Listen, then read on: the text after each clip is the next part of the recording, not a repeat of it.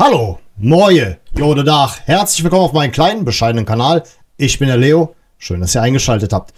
Ja, liebe Freunde, was man einmal angefangen hat, das sollte man auch zu Ende bringen. Natürlich ist das noch nicht das Ende, es fehlt noch das Ausweichtrikot, aber heute besprechen wir das Torwart-Trikot. Ich selber habe es mir noch nicht geholt, deswegen habe ich hier dieses wundervolle Vintage-Trikot an.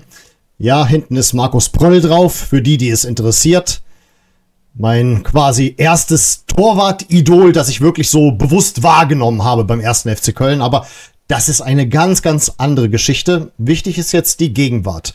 Ja, ich erinnere mich noch an Zeiten, wo es ein bisschen schwerer war, an ein Torwart-Trikot zu gelangen. Das soll nicht heißen, dass sie nicht unbedingt käuflich erwerblich waren, aber sie waren deutlich seltener käuflich zu erwerben als zum Beispiel der übliche Trikotsatz. Früher war es sogar so, es gab nur das Heim- und das Auswärtstrikot. Das Ausweichtrikot war immer so mit gewissen Ausnahmen verbunden. Viele davon sind heutzutage auch Matchworn. Ja, aber heutzutage fragen wir uns immer, wie sieht dieses Jahr der Trikotsatz vom Torwart aus und werde ich es mir holen? Ja, okay, ihr seht, ich habe es noch nicht geholt, weil ich muss auch ein bisschen für meinen Urlaub sparen. Steht ungefähr in einem Monat an und da will man doch besser mal ein bisschen den Geldbeutel hüten. Warten wir ab, vielleicht so ein paar Sachen dieses Mal aus dieser Saison eher so, wenn sie reduziert sind. Ne? Wollen auch ein bisschen wirtschaftlich klarer denken. Ja, okay, ich habe es mir dann mal auf jeden Fall zu Gemüte gefügt und auch angesehen. Wir sehen hier ein, ja, sag ich mal, sehr cooles Muster. Ich muss sagen, das sieht ziemlich cool aus. Das sieht ein bisschen so aus wie diese 8-Bit-Grafik, die wir normalerweise bei Nintendo so früher kannten. Bin auch ein ziemlicher Nintendo-Fan. Hab da auch ein paar Utensilien in meiner Vitrine stehen. Es sieht auf jeden Fall richtig cool aus. Das hat auf jeden Fall, ja, irgendwie so sommerliche Vibes. Es hat eine ziemliche Attitude und ja, klar. Ich sag mal so, Torwart-Trikots repräsentieren im Prinzip nie wirklich die Vereinsfarbe.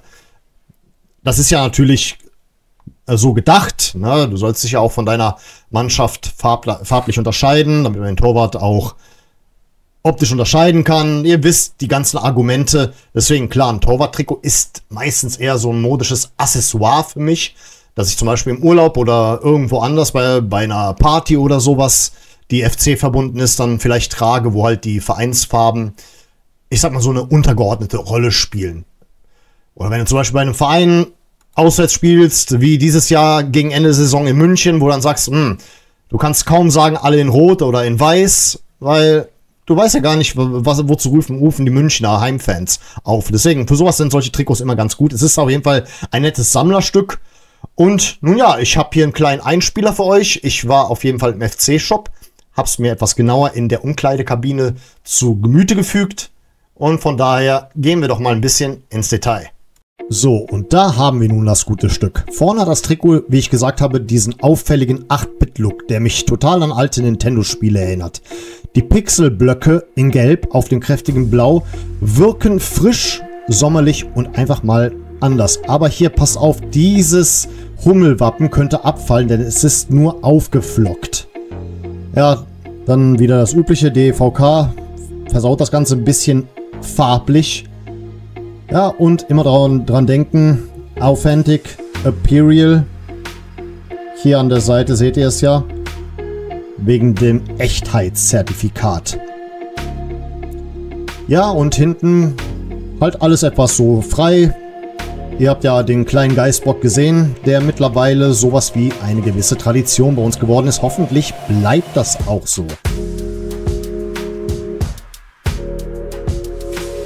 Ja, und so sieht das Ding angezogen aus. Ich empfehle euch eine Nummer größer zu kaufen, denn im Gegensatz zum Heimtrikot, siehe das Video zum Heimtrikot, ist das hier etwas enger geschnitten. Ich verstehe das irgendwie nicht bei Hummel.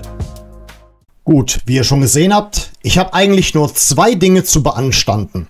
Das ist zum einen der Schnitt. Das ist wirklich so mein negativstes Kriterium, weil ich verstehe das nicht, warum ist das Heimtrikot etwas breiter geschnitten, aber das Torwarttrikot hat schon wieder so einen unterschiedlichen Schnitt. Das tut mir natürlich in erster Linie leid für Fans, die eben nicht die Gelegenheit haben, das Trikot anzuprobieren, die dann, wie schon gesagt, überall gibt es Fans vom FC Köln oder überall jede Fans vom FC Köln, wie es so schön heißt in der Hymne, und das stimmt ja auch. Wir haben Fans wie zum Beispiel Tobi in Hamburg. Und dann haben wir auch Fans in Bayern, Kölsche Kolonie Bayern, ein Fanclub, den ich über Instagram kennengelernt habe. Auch nochmal Grüße gehen raus, falls Sie zusehen.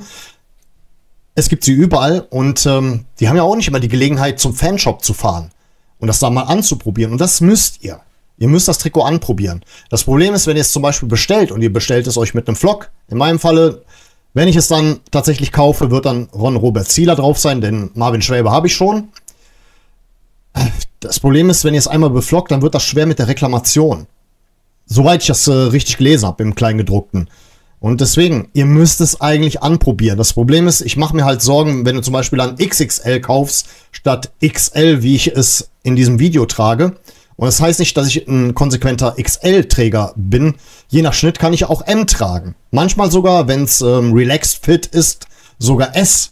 Hab eine etwas merkwürdige Körperstruktur mit den ein oder anderen Ansätzen von Hüftgold. Würde ich mal so ausdrücken, aber ich hab's im Griff. Du musst es anprobieren, aber was ist, wenn du dann so einen Rock bekommst? Das ist das Problem, wenn du es in XXL kaufst. Vielleicht ist es dann zu lang. Deswegen, Kritikpunkt nochmal wieder an Hummel, mit denen ich nach wie vor als Ausrüster nicht zufrieden war. Wo ich auch wieder sage, hoffentlich wird das besser bei Adidas. Diese unterschiedlichen Schnitte, da ist das eine Trikot mal weiter, das andere etwas enger geschnitten, anstatt einen einheitlichen Look zu kreieren. Zweiter Kritikpunkt ist dann halt dieses Hummel-Schaumstoff-Logo. Da mache ich mir Sorgen, wenn man dann zu oft dieses Trikot wäscht. Klar, du hast eine Anleitung, aber das könnte locker abfallen. Nach einiger Zeit. Ist mir ein bisschen zu heikel, hätte ich lieber eingestickt gehabt. Aber ansonsten, keiner kann was dafür, dass DVK einer unserer Hauptsponsoren ist und dass die halt sich farblich nicht anpassen wollen. Was willst du machen? Da ist der FC nicht dran schuld, da ist Hummel nicht dran schuld. Aber insgesamt gesehen, mir gefällt das Muster. Ich denke mal auch die ein oder anderen FC-Fans, die auch gleichzeitig irgendwie Türken sind und zu Fenerbahce Istanbul halten, die können dann irgendwas mit diesem Trikot vereinheitlichen. Ist jetzt so ein Gedankengang von mir, der ist eigentlich total random, aber naja, wollte ich mal mit euch teilen. Für die wird es auch was sein, aber ja, es ist ein gutes Trikot. Es ist auf jeden Fall, hat seine Aufgabe erledigt, ist ein ordentliches Trikot. Ich habe da nichts zu beanstanden. Ist halt nur schade, dass halt ein Trikot, das nicht unsere Vereinsfarben repräsentiert, dann letzten Endes eins der stärksten bisher ist. Oder auch das stärkste bisher, denn das Ausweichtrikot ist noch nicht veröffentlicht worden. Und deswegen, ich sag mal so, es ist eine 2. Gut. Auf jeden Fall. Auf jeden Fall. Es ist ein gutes Trikot. Eine 2 ist auf jeden Fall eine sehr faire Note. Wie gesagt, gibt eigentlich nur 2 Punkte, die ich zu beanstanden habe. Das ist auch dann Abzug in der Note. Das ist der Schnitt. Und das ist dieses Schaumstoff-Logo, dem ich nicht über den Weg traue.